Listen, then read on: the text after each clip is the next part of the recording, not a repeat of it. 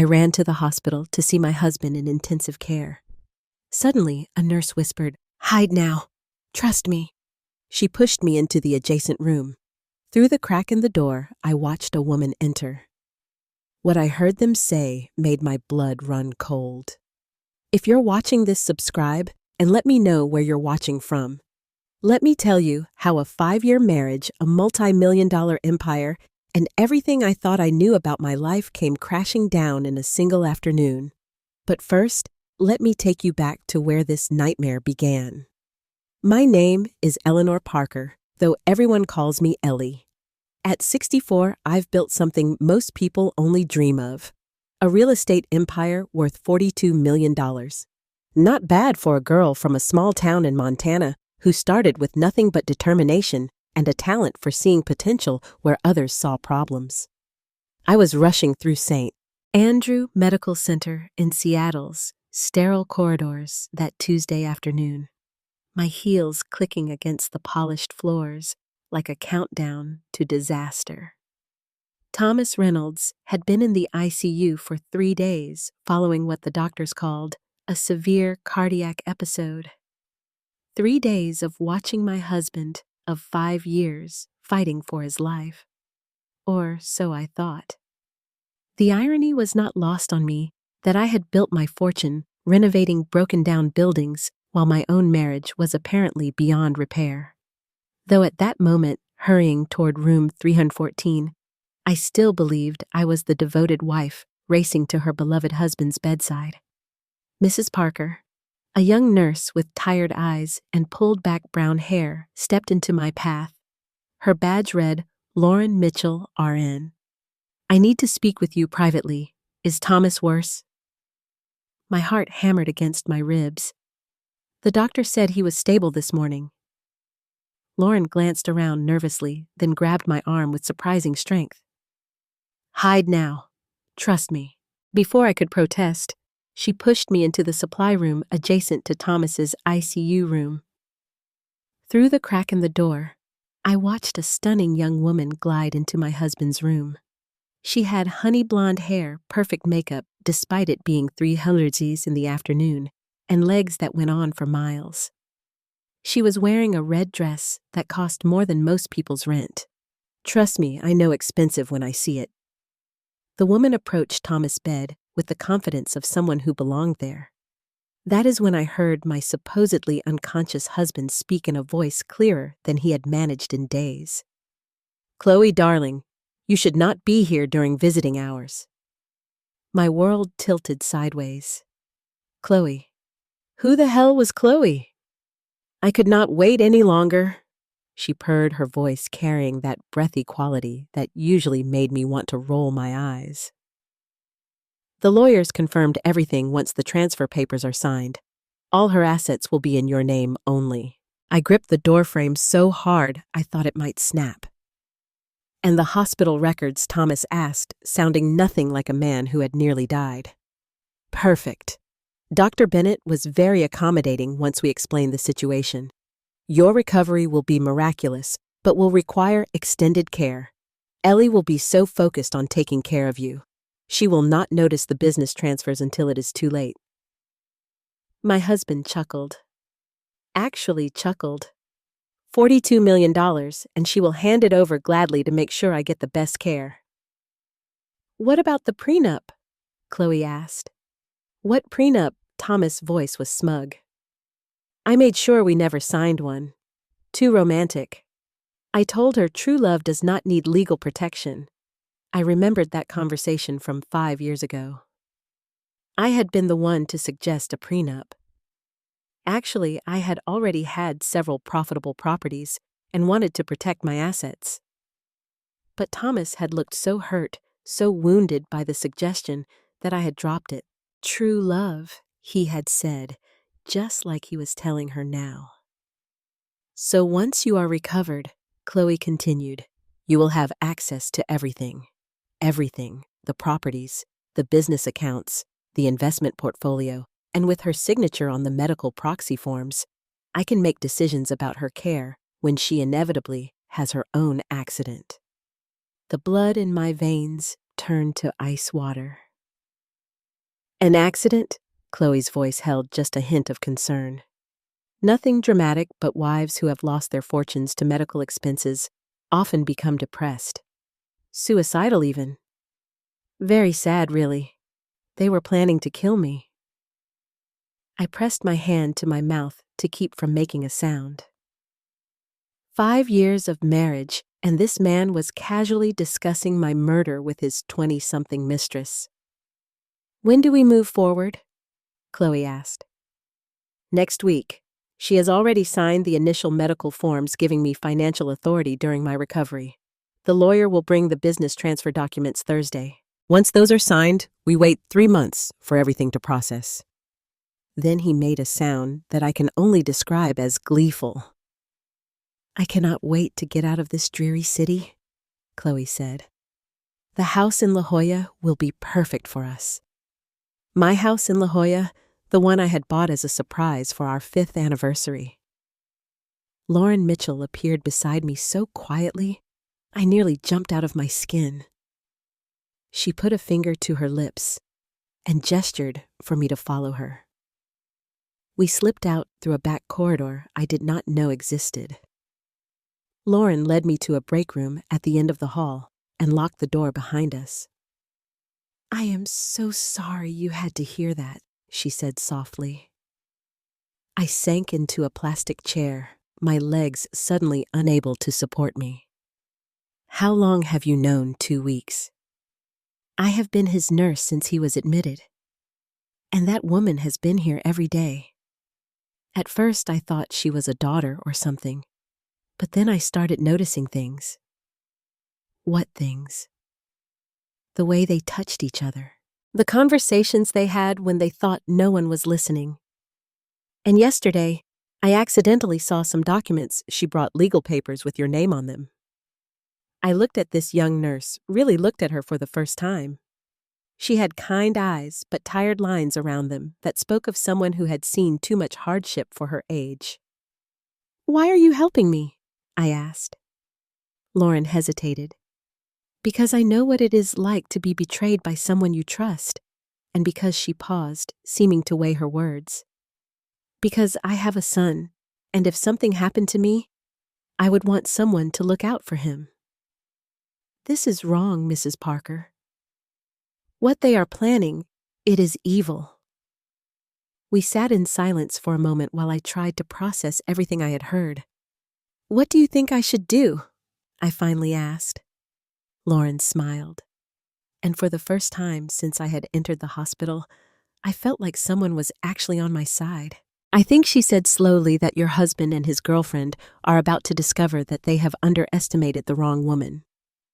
I drove home in a daze, Lauren's words echoing in my mind.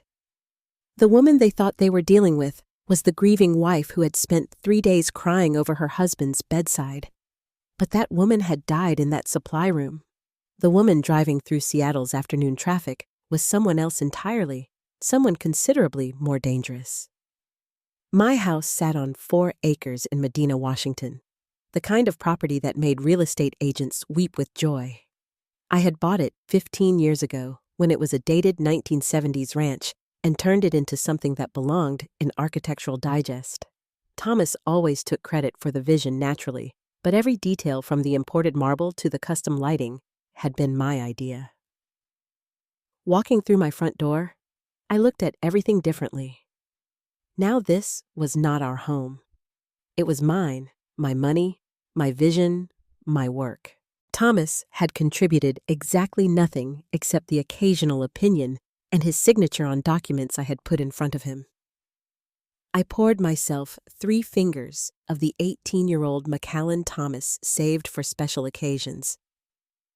This felt pretty special to me. My phone buzzed, a text from Thomas. Feeling a bit better today. Doctor says you should not worry about visiting tonight. Rest up, darling. Love you. Love you too, I texted back then, muttered to my empty kitchen. You lying, cheating, murderous bastard. The whiskey burned, but not nearly as much as the betrayal. I spent the next hour walking through my house cataloging everything Thomas might have access to. The good news was that most of my assets were in my name, only legacy of my paranoid early days in business. The bad news was that Washington was a common property state, and 5 years of marriage meant he had legitimate claims to quite a lot. But only if I died intestate, and only if I did not fight back. I pulled out my laptop and started researching. If Thomas thought he was dealing with some naive housewife, he was about to get educated. I did not build a $42 million empire by being stupid or trusting. First stop, Victoria Hale, the divorce attorney who had helped my friend Diane take her cheating ex-husband to the cleaners 2 years ago. Victoria had a reputation for being ruthless, expensive, and worth every penny. Mrs. Parker, Victoria's secretary, said, "When I called, I am afraid Ms. Hale is booked solid this week. Tell her it is an emergency consultation regarding a case worth $42 million. If she can see me tonight, I will pay her double her usual rate." 5 minutes later, I had an appointment for 8 hours. Next, I called my accountant, Peter Caldwell. Peter had been handling my books for 12 years and knew where every penny was invested. "Peter, I need you to freeze all joint accounts immediately and transfer everything to accounts Thomas does not have access to." "Ellie, what is going on? Is everything all right?" "Let us just say I'm about to get divorced, and I want to make sure I keep what is mine. I will need documentation for something that dramatic. You will have it by tomorrow. For now, just freeze everything. Thomas is in the hospital and will not notice for a few days." There was a pause. "Consider it done." My third call was to Lauren Mitchell. I had gotten her personal number before leaving the hospital. "I have been thinking about what you said." I told her about them underestimating me. "I want to know exactly what they are planning and when. I can listen when they talk, but Mrs. Parker, if they realize I am helping you, they will not. And Lauren, when this is over, when I have dealt with them, I want to offer you something better than working in that hospital." "What do you mean?" "I mean, I am about to have several properties that need managing, and I suspect I am going to need someone I can trust completely." Another pause. "What kind of salary are we talking about?" I smiled, feeling like my old self for the first time in days. "The kind that means your son never has to worry about college tuition."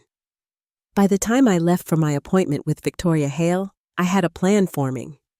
It was not complete yet, but it was a start. Thomas and his little girlfriend thought they were going to steal my life. They had no idea who they were dealing with. Victoria Hale looked exactly like what you would want in a divorce attorney.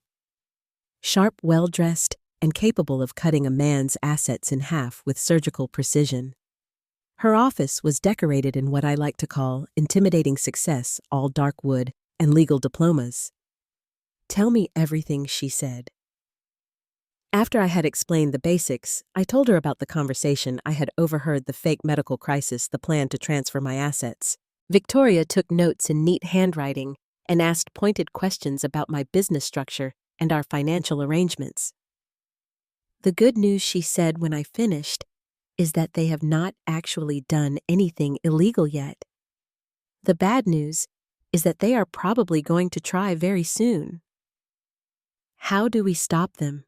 "We get ahead of them. File for divorce before they can transfer anything, expose the medical fraud," Victoria said, and she smiled. And it was not entirely pleasant. "We make sure that when this is over, your husband wishes he had never been born." I like the sound of that. It will not be cheap, and it will not be quick. "Are you prepared for a fight?" I thought about Thomas's voice as he planned my murder. About Chloe talking about my house in La Jolla like it was already hers. About 5 years of marriage that had apparently meant nothing to him. "Victoria," I said, "I have been building things and tearing them down for 40 years. I am very prepared for a fight." We spent the next 2 hours planning my legal strategy.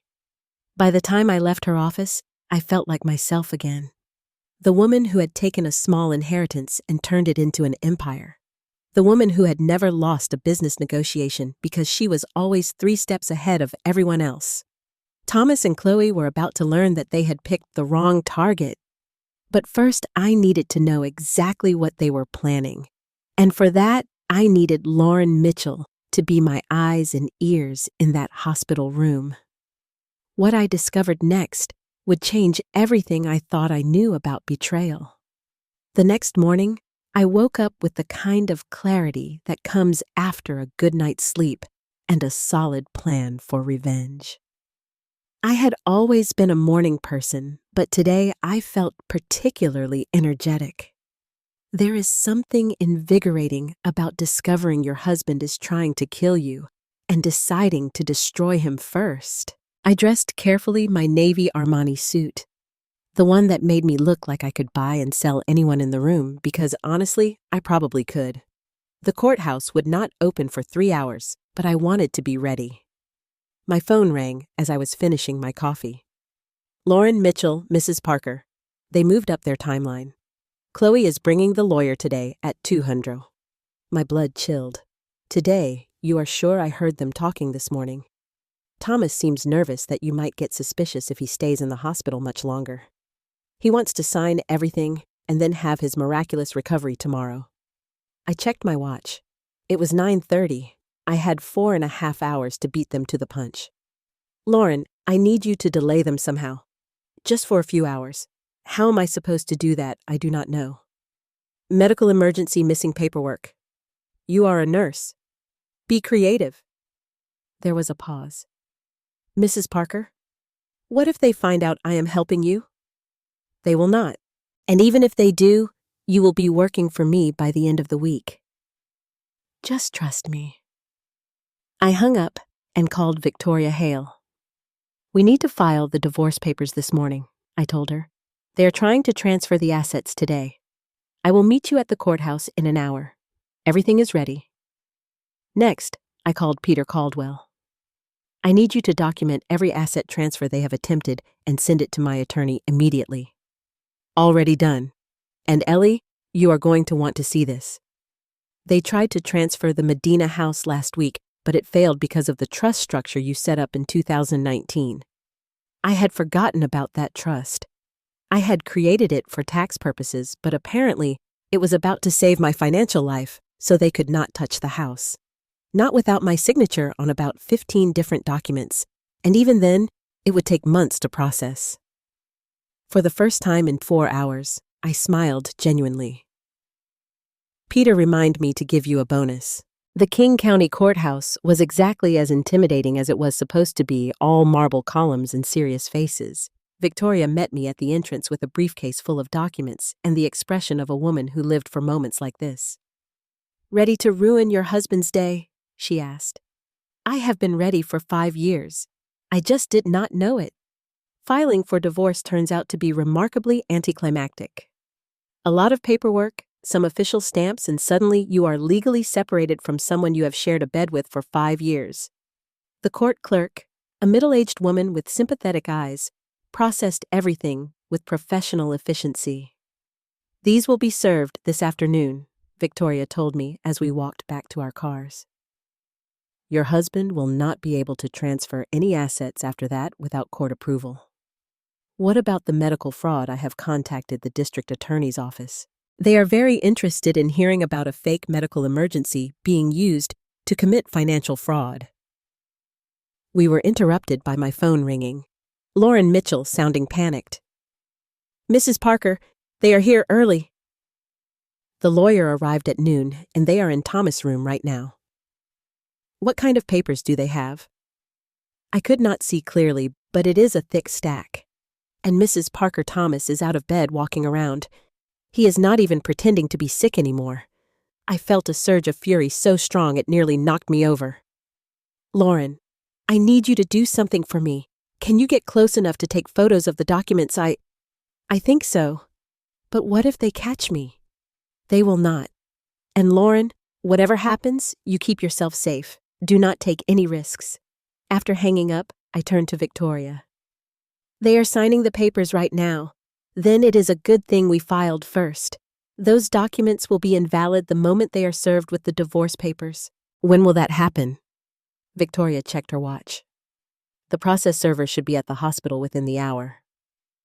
I spent the next 45 minutes pacing in the courthouse parking lot, checking my phone every 30 seconds. When it finally rang, I nearly dropped it. Mrs. Parker. An unfamiliar male voice. This is Mark Phillips. I am the process server. I just delivered the divorce documents to your husband at St. Andrew Medical Center in Seattle. How did he react? Mark chuckled. Well, ma'am, I have been doing this job for 15 years, and I have never seen anyone turn that particular shade of purple before. He started screaming about some woman named Chloe and how this was going to ruin everything. Was there a young blonde woman in the room? Yes, ma'am. She went white as a sheet and ran out of there like her hair was on fire. Left behind a whole stack of legal documents, too. I felt a satisfaction so deep it was almost spiritual. Thank you, Mark. You have made my day. My phone buzzed with a text from Lauren. You need to see this. Coming to meet you. Thomas is losing his mind. 20 minutes later, Lauren walked into the coffee shop across from the courthouse, looking like she had just witnessed a car accident. She slid into the booth across from me and pulled out her phone. I got photos of the documents before Chloe dropped them, she said, showing me her screen. Mrs. Parker. They were not just trying to steal your money. I looked at the images she had captured. Legal documents transferring ownership of my properties. Business incorporation papers for something called Reynolds Capital Holdings, with Thomas and Chloe as the only officers. And, at the bottom of the stack, something that made my blood run cold. A will. My will, apparently. Leaving everything to my beloved husband Thomas in the event of my tragic suicide due to overwhelming grief. They had already written my suicide note, I said, my voice barely a whisper. Lauren nodded grimly. And Mrs. Parker, I overheard them talking about the timeline. They were planning to complete their plan this weekend. This weekend they were going to kill me. This weekend. I stared at the photos of my forged signature on documents I had never seen at the suicide note written in handwriting. That was not mine, but was close enough to fool anyone who did not know me well. Lauren, I said finally, I think it is time we called the police. But as I reached for my phone, it rang again. Thomas' name on the screen. Hello, darling, I answered, my voice sweet as honey. You? He snarled. You conniving, suspicious. Do you have any idea what you have done? I have some idea, I replied calmly, though I am curious to hear your perspective. 5 years of marriage, and this is how you repay me, having me served with divorce papers while I am fighting for my life in the hospital. Fighting for your life. Thomas, honey, I saw you walking around that room this afternoon. Unless cardiac patients have made remarkable medical advances in the last 24 hours. The silence on the other end was deafening. Oh, Thomas, I added sweetly. You might want to let Chloe know that forging someone's signature is a federal crime. The FBI takes that very seriously. I hung up and turned to Lauren, who was staring at me with something approaching awe. What happens now? She asked. Now, I said, we make sure they pay for what they tried to do. And then we build something better from the ashes of their stupidity. But I was about to discover that Thomas and Chloe had one more surprise waiting for me. And this one would change everything. The police detective assigned to my case was a woman named Detective Karen Davis, a no-nonsense professional in her 40s, who looked like she had seen every kind of human stupidity and was not impressed by any of it. We met at the downtown precinct Thursday morning, and I brought everything. The photos of the forged documents, recordings of Thomas, threatening phone calls, and a detailed timeline of their fraud. Mrs. Parker, Detective Davis said, after reviewing everything, this is one of the more elaborate financial fraud schemes I have seen. The fake medical emergency, the forged documents, the planned murder disguised as suicide. Your husband and his girlfriend were not planning a simple theft. They were planning the perfect crime. How close did they come to pulling it off? Closer than you want to know. If you had not overheard that conversation, if you had not filed for divorce when you did, she shrugged. Let us just say we would probably be investigating your death instead of their crimes. The thought sent a chill down my spine. What happens next? We arrest them. The evidence you have provided is more than sufficient for charges of conspiracy to commit fraud, forgery, and conspiracy to commit murder. Your husband will be taken into custody this afternoon. I should have felt victorious, but mostly I felt hollow. 5 years of marriage, and it had come to this. My phone rang as I was leaving the police station. Lauren Mitchell. Mrs. Parker, I have news. Good news? I think I could use some good news. The hospital administration is conducting a full investigation into Thomas' fake medical records. They are also reviewing Dr. Bennett's involvement. And she paused. They have offered me a promotion to head nurse in the cardiac unit. Lauren, that is wonderful. It gets better. Because I was the one who exposed the fraud, they are giving me a commendation and a significant raise. But Mrs. Parker, I still want to take that job you offered. Managing your properties sounds a lot more interesting than hospital politics. I smiled for what felt like the first time in days. Consider it yours. We will start with the Seattle properties and see how it goes. That afternoon, I watched from my living room window as 2 police cars pulled into my driveway. They were not there for me. They were there to search for evidence of Thomas' crimes. Detective Davis had obtained a warrant to seize any documents related to the fraud scheme. It was surreal watching strangers catalog the contents of my home office, bagging documents, and photographing everything. This was the office where Thomas and I used to plan our investments, where we dreamed about retirement, where I had built my empire one property at a time. Now it was a crime scene. Mrs. Parker. Detective Davis emerged from the office carrying a laptop I had never seen before. We found this hidden in your husband's desk. It contained some interesting correspondence. She showed me the screen. Emails between Thomas and Chloe dating back 18 months. Long before his medical emergency. Long before I had any suspicion that my marriage was falling apart. The emails told a story that was somehow worse than I had imagined. They were not just planning to steal my money. They had been plotting to destroy my life systematically. Thomas had been sharing confidential information about my business deals, helping Chloe understand the best ways to attack my assets. They had researched my daily routines, my favorite restaurants, even my medical history. They have been planning this for 1.5 years, I said, scrolling through message after message at least. And Mrs. Parker, there is something else you need to see. Detective Davis pulled up a folder labeled Insurance Policies. Inside were documents I had never seen before. Life insurance policies on me taken out 6 months ago with Thomas as the sole beneficiary. 3 different policies from 3 different companies totaling $15 million. I never signed these, I said, examining the signatures. They were forgeries, but good ones. We figured as much. Your husband was very thorough in planning your murder. That evening, I sat alone in my house, really alone, for the first time in 5 years, and tried to process everything that had happened. Thomas was in jail, awaiting arraignment. Chloe had been arrested at her apartment, where police found additional forged documents and cash that Thomas had apparently been embezzling from our joint accounts for months. My marriage was over. My trust in other people was severely damaged. But surprisingly, I was not devastated. I was angry. Furious, actually. And there is nothing more dangerous than a rich woman with good lawyers and a desire for revenge. My phone rang. Victoria Hale, I have news about the asset investigation, she said. It is worse than we thought, but also better. How can it be both?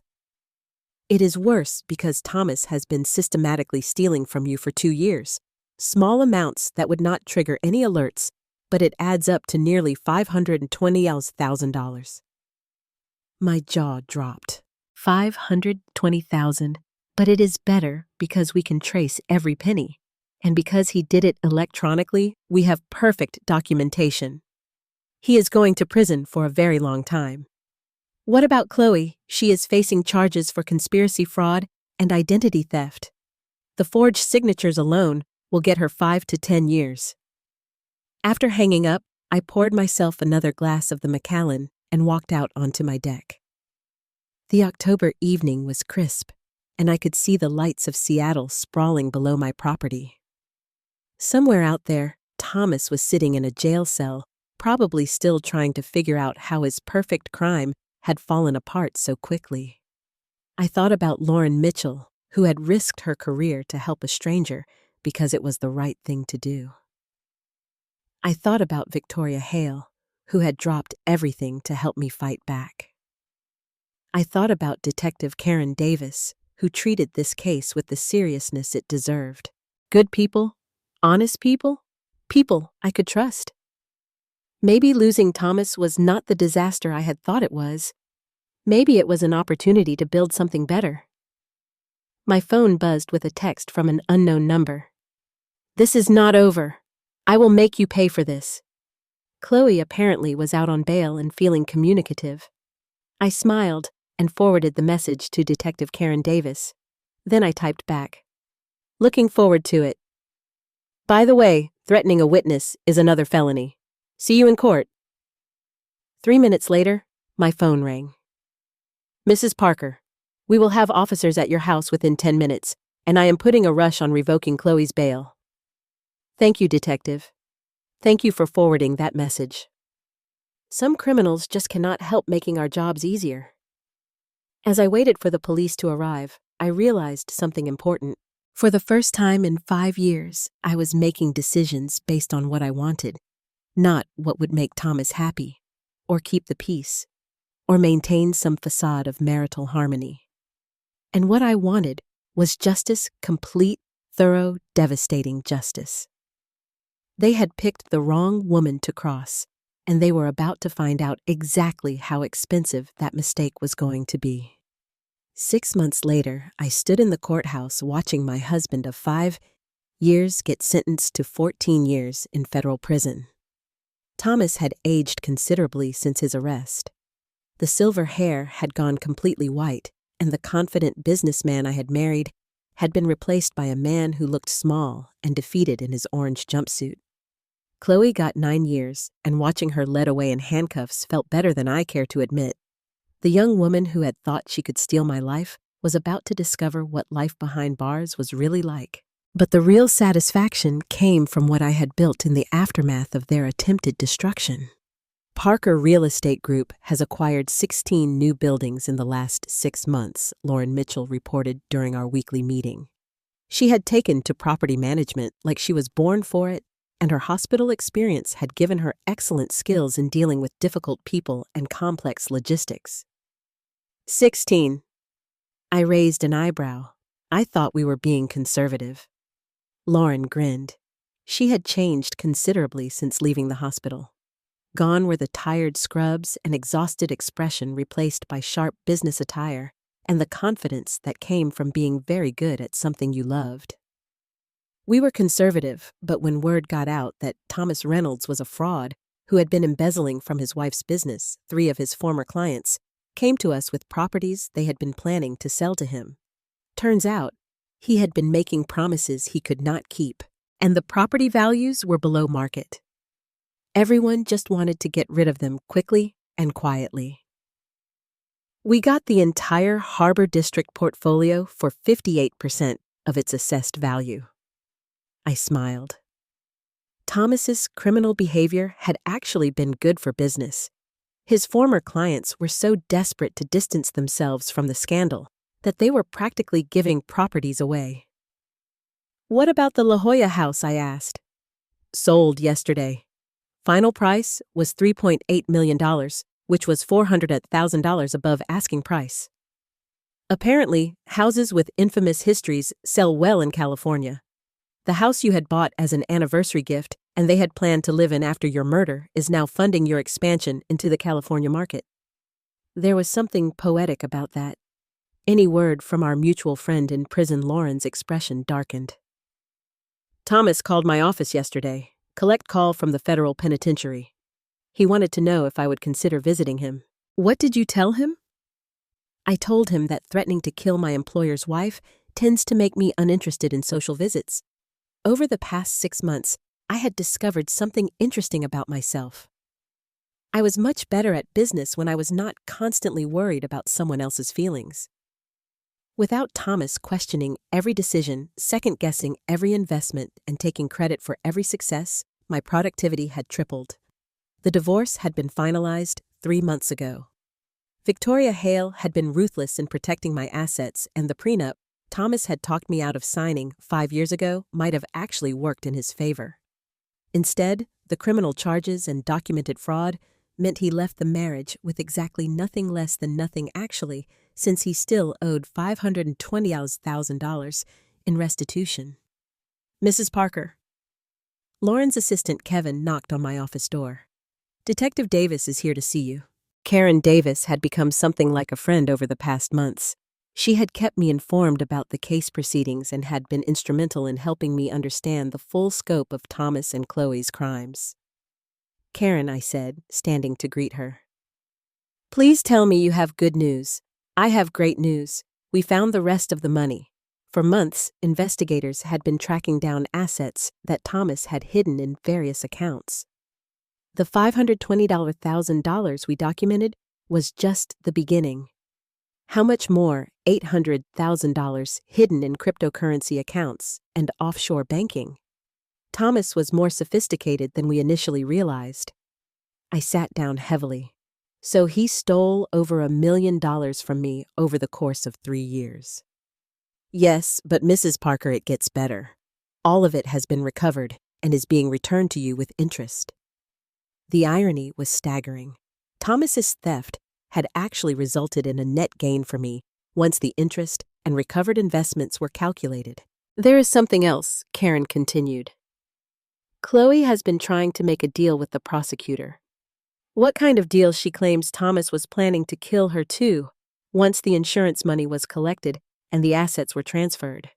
She says she has evidence that he had already started researching her accidental death. I felt a chill. Do you believe her? Actually, yes. We found searches on his computer for untraceable poisons and ways to stage accidental drownings. Chloe may have thought she was his partner, but she was probably just another victim in a longer-term plan. That evening, I sat in my home office, the same office where Thomas had planned my murder, and reviewed everything that had happened over the past year. The financial statements alone told an incredible story. Parker Real Estate Group was now worth $54 million, an increase of over 30% since the divorce. Removing Thomas from the business had been like removing a tumor. Everything functioned better without his interference. My phone rang an international number I did not recognize. Mrs. Parker, an unfamiliar female voice with a slight accent, said, "My name is Rebecca Shaw. I am calling from London. How can I help you, Eleanor?" "I saw the news coverage of your husband's case, the financial fraud, the attempted murder. I am calling because I think Thomas Reynolds tried to kill my sister 15 years ago." The room went completely silent, except for the sound of my own heartbeat. I am sorry what my sister Anna Shaw was married to a man named Thomas Reynolds in Scottsdale in 2009. He was a financial advisor then. She died in what was ruled a suicide, but the family never believed it. And when I saw your husband's photo in the news, my hands started shaking. Rebecca, are you saying my husband was married before I am, saying he murdered my sister for her inheritance and got away with it? And if you had not caught him, you would have been next. I gripped the phone so tightly I thought it might crack. How do you know it was the same Thomas Reynolds? Because I have been tracking him for 15 years. The photo in the paper is definitely him. He looks older, but it is him. Mrs. Parker, your husband is a serial killer. The conversation continued for another hour. Rebecca Shaw painted a picture of Thomas as a methodical predator who targeted wealthy women, married them quickly, and then killed them for their assets. Anna Shaw had been his first known victim, but Rebecca suspected there were others. I have hired private investigators over the years, but he was always too careful, too clever. Until now, what changed? You caught him. You survived. And now we have evidence, documentation, proof of his methods, Mrs. Parker. Would you be willing to help me get justice for my sister? I looked around my office at the business I had built, at the life I had reclaimed from the ashes of Thomas's betrayal. Rebecca, I would be honored to help you destroy him.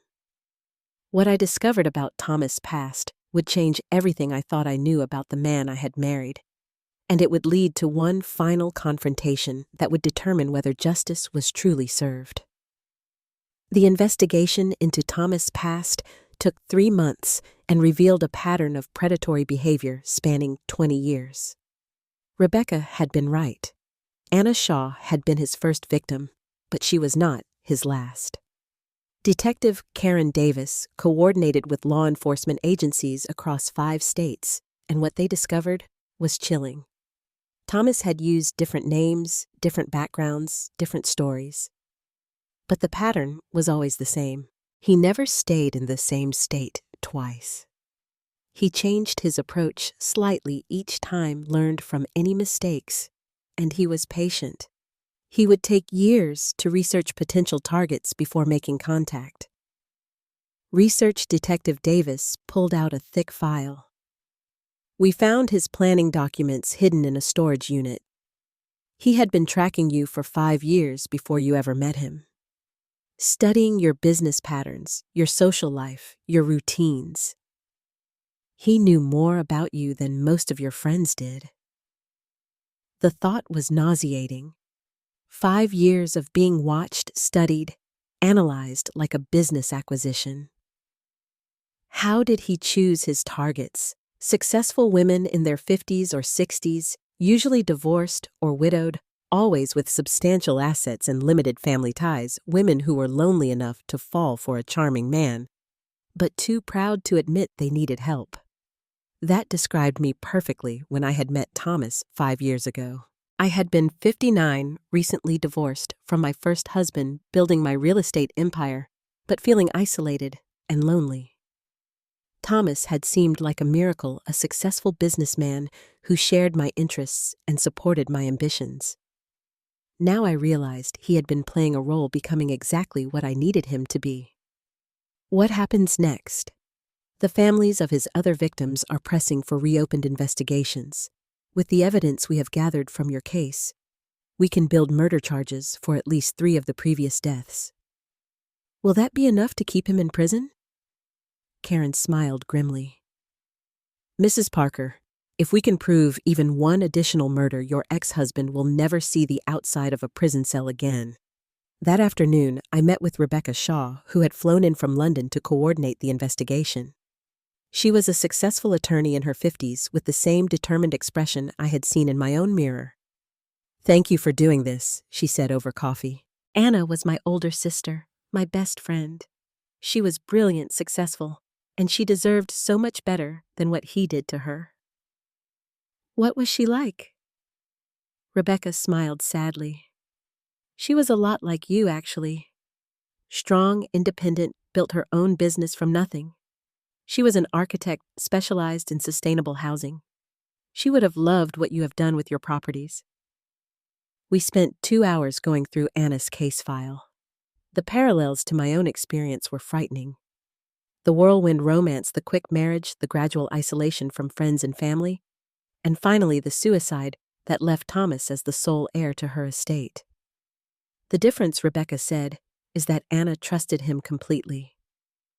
She never suspected anything until it was too late. How do you know? Because she called me the night before she died. She said Thomas had been acting strange, pressuring her to sign some documents, and she was thinking about getting a second opinion from a lawyer. She never got the chance. That evening, I received a call that changed everything.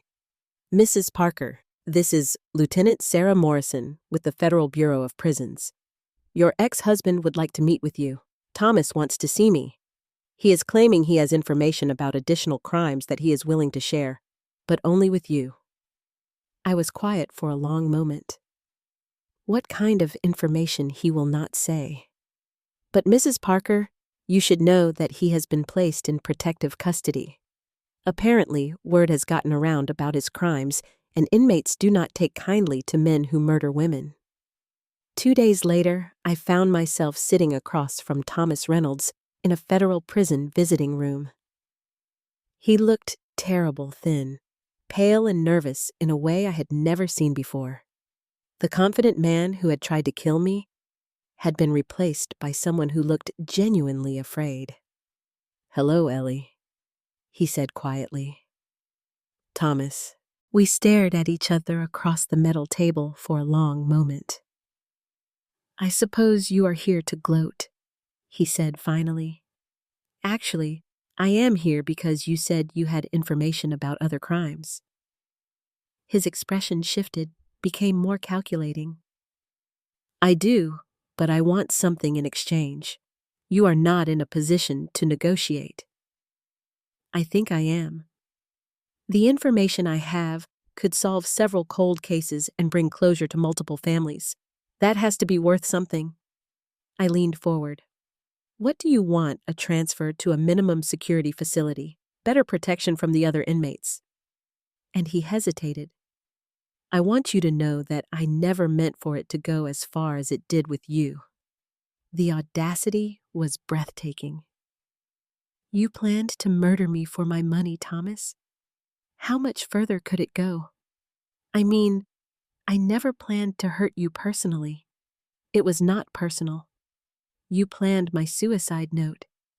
You researched untraceable poisons. How was that not personal?" He looked uncomfortable. "The others were different. You were different. I actually cared about you. Enough to kill me for $42 million. Enough to feel bad about it afterward."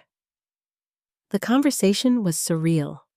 My ex-husband, the serial killer, was trying to convince me that attempted murder was somehow a sign of affection. "Tell me about the other women," I said. "What do you want to know?" "Everything. How you chose them, how you killed them, where the bodies are buried." For the next 2 hours, Thomas confessed to details that would solve 6 murders spanning 15 years. He was matter-of-fact about it, describing his crimes like they were business transactions, which I suppose to him they were. "Why are you telling me this now?" I asked finally. "Because I am never getting out of here anyway." And because he paused, looking genuinely remorseful for the first time. "Because maybe if I help solve these cases, it will mean something. Maybe it will count for something. It will not bring back the women you killed. No, but it might give their families answers." I stood to leave, then turned back. "Thomas, did you ever love me? Even a little?" He was quiet for a long time. "I do not think I am capable of love, Ellie. I think that is the problem. Walking out of that prison, I felt something I had not expected. Pity. Not forgiveness. Never that. But pity for a man who was so fundamentally broken that he could only connect with other people by destroying them." 3 weeks later, the additional murder charges were filed. Thomas pleaded guilty to 6 counts of first-degree murder in exchange for life in prison without the possibility of parole. Rebecca Shaw called me the day the plea was finalized. "It is over," she said, and I could hear tears in her voice. "After 15 years, Anna finally has justice. How do you feel?" "Exhausted, relieved, grateful, and angry that it took so long." "I understand. Rebecca, I want you to know that what you did tracking him and what we did together, catching him, stopping him, it saved other women's lives. He would have kept killing if you had not been strong enough to keep looking for him." 6 months after Thomas's sentencing, I stood in the conference room of Parker Real Estate Group, looking out at the Seattle skyline. The company now employed 47 people and managed properties worth $89 million. Lauren Mitchell knocked on my door. "Mrs. Parker, the new acquisitions team is here for the meeting." I had been expanding rapidly, and not just in Seattle. We now had offices in Scottsdale, Dallas, and Tulsa, the same cities where Thomas had murdered women over the past decades. In each location, I had partnered with organizations that supported women who were rebuilding their lives after trauma. And Lauren, I have told you 100 times, call me Ellie. She smiled. Ellie, there is something else. My son Ethan wants to thank you personally for his college fund. Ethan Mitchell was now 15 and had been accepted into an advanced engineering program that would lead directly to MIT. The college fund I had established for him was part of a larger foundation I had created to help the children of Thomas's victims. Tell Ethan he has earned it with his grades. I will. And Ellie, thank you for everything. That evening, I sat on my deck with a glass of wine watching the sunset over the mountains. My phone buzzed with a text from Detective Karen Davis. Thomas Reynolds died in prison today. Apparent heart attack. Thought you should know. I stared at the message for a long time, trying to figure out how I felt. Relief mostly, and a strange sense of closure. Thomas was gone. The women he had killed finally had justice. The families he had destroyed had answers. And I had built something meaningful from the ashes of his attempted destruction. My phone rang. Rebecca Shaw from London. I heard the news. She said simply, "How are you feeling?" Like I can finally stop looking over my shoulder. Like Anna can finally rest. What will you do now? Live. I think really live for the first time in 15 years. After hanging up, I walked through my house in my name, bought with my money, decorated with my choices. For the first time in 5 years, every decision in my life was mine alone. It was terrifying and exhilarating and absolutely perfect. I had survived a serial killer's attempt to murder me, rebuilt my life, expanded my business, and helped bring justice to 6 murdered women. At 64, I was more successful, more confident, and more authentically myself than I had ever been.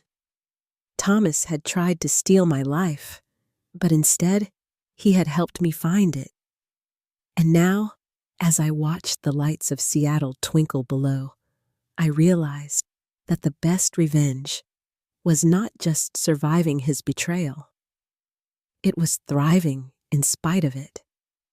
He had bet everything on my death. I had bet everything on my life, and I had won. Thanks for listening. Do not forget to subscribe and feel free to share your story in the comments. Your voice matters.